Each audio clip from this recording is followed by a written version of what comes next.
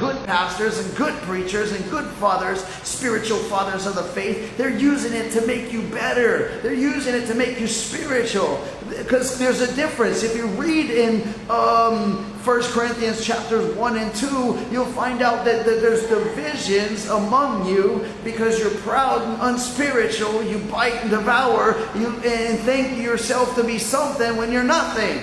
All right, but he teaches us how to restore others. And the true ministry restores. A true ministry lifts up. And that's what he says right here. Wherefore, lift up hands which hang down and the feeble knees. Strengthen them. Why? He says in verse 13, and make straight paths for your feet. Now, why would he tell you to lift up hands and knees?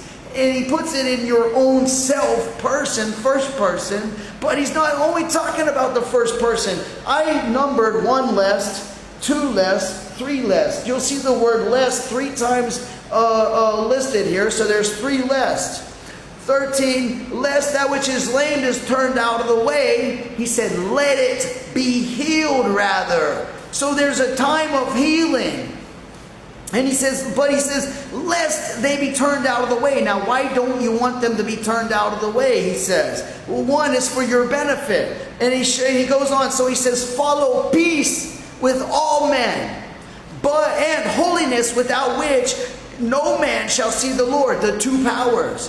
Following peace is one power, but holiness without which no man shall see the Lord is another power. These are the correcting powers where we can work together and live together in peace, but also receive the correction of God and work together and live together and not have any root of bitterness spring up against in the midst of us. Now you talk about a root of bitterness that's in your heart, right? Well, he's putting it in the first person and the second person because he's saying that whenever a root of bitterness springs up in your church, it's because the root of bitterness was in your heart. It sprang up in you first. And therefore you were bitter towards the people. And now a bitter root is springing up in the church. And you need to be careful when you deal with it. Because this bitterness can make a lot of problems for you in your church. It's going to go outside of the church and start fighting you and biting you and devouring you and telling everyone about all your misdeeds and manipulation and different things. Okay, so how do we get rid of this root of bitterness in us? Because you're going to look, okay, he says your feet, but he also says here, for ye know not, in verse 17, for ye know not how that afterwards. So he goes back to you, and I'm going to show you. He goes here in this whole chapter, he goes back and forth between ye and we and us. Okay? Ye, we, and us. Alright? So, looking diligently lest any man. Okay? Now he's talking about any man in the church, but also you being the possible that man of the great fail of the grace of God, lest the root of bitterness spring up, trouble you. And that root of bitterness is a member that you weren't able to let heal, that you were correcting as a father. You did it according to your own pleasure and not love, and you didn't lift him up and strengthen him.